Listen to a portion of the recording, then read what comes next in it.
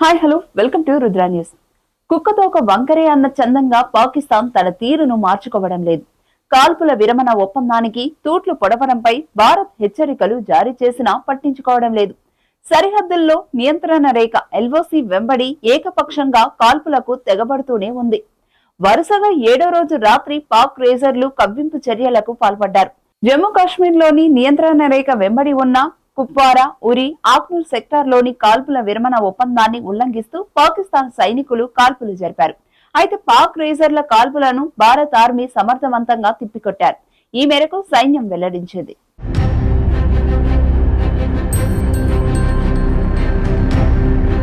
April 22న Pahalgam ఉగ్రదాడి తర్వాత భారత్ పై పాక్ అప్రకటిత కాల్పులు జరుపుతున్న విషయం తెలిసిందే.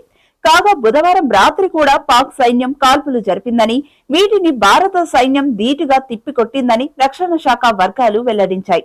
జమ్మూలోని అంతర్జాతీయ సరిహద్దు వెంబడి రాజౌరి జిల్లాలోని సుందరబాని, నషారా సెక్టార్లో, కశ్మీర్లోని బారాముల్లా, కుప్వారాలో భారత్ సైనిక పోస్టులే లక్ష్యంగా పాక్ ఆర్మీ కాల్పులు జరిపిందని తెలిపింది. 2003 నాటి కాల్పుల విరమణ ఒప్పందాన్ని పునరుద్ధరిస్తూ భారత్, పాక్ మధ్య ఫిబ్రవరి 2021లో అంగీకారం కుదిరింది. అయితే దీనిని పాక్ ఏకపక్షంగా ఉల్లంఘిస్తూ వరుసగా 6వ రోజు రాత్రి భారత్ సైన్యంపై కాల్పులు జరిపినట్టు అధికారులు వెల్లడించారు.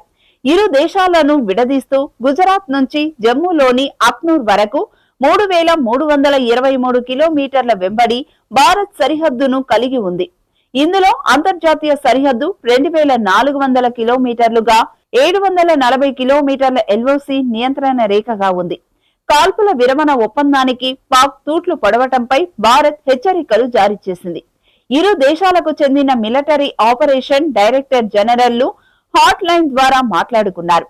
పాక్ కాల్పులకు తెగబడుతుండటంపై భారత్ వార్నింగ్ ఇచ్చినట్టు రక్షణ శాఖ అధికారులు తెలిపారు. పహల్గామ్ దాడికి ప్రతీకారంగా పాకిస్తాన్ భారత్ అష్ట దిగ్బంధం చేస్తోంది.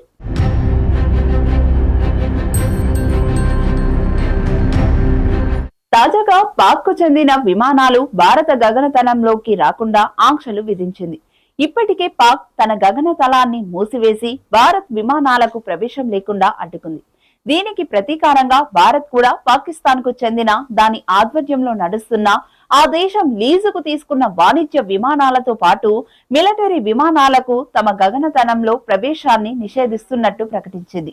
ఈ ఉత్తర్వులు ఏప్రిల్ 30 నుంచి మే 23 వరకు అమలులో ఉంటాయని తెలిపింది.